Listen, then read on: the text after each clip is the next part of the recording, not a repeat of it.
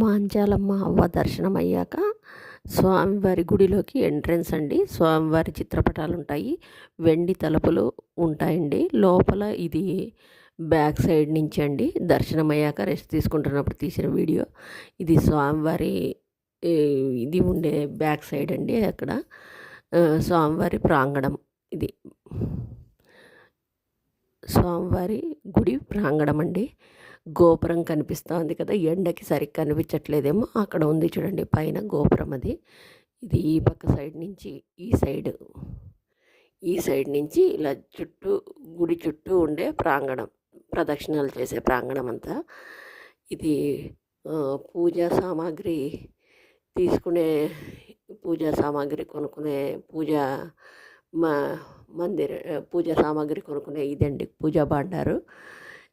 అక్కడ దీపం ఉంటుంది.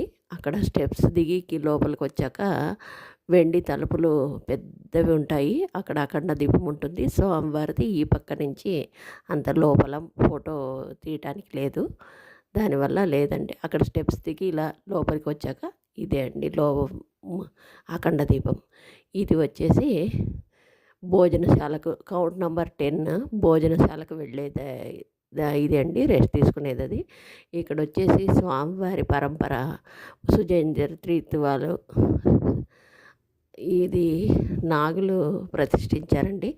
స్వామివారికి తులసిమాల వేయటానికి వీలుగా ఏమో ఇది తులసి తోట అండి. ఇది తులసి తోట. ఇది వచ్చేసి భోజనశాల అండి. భోజనశాలలోని పెద్ద ఫ్యాన్లు ఉన్నాయి, అందుకే తీశాను.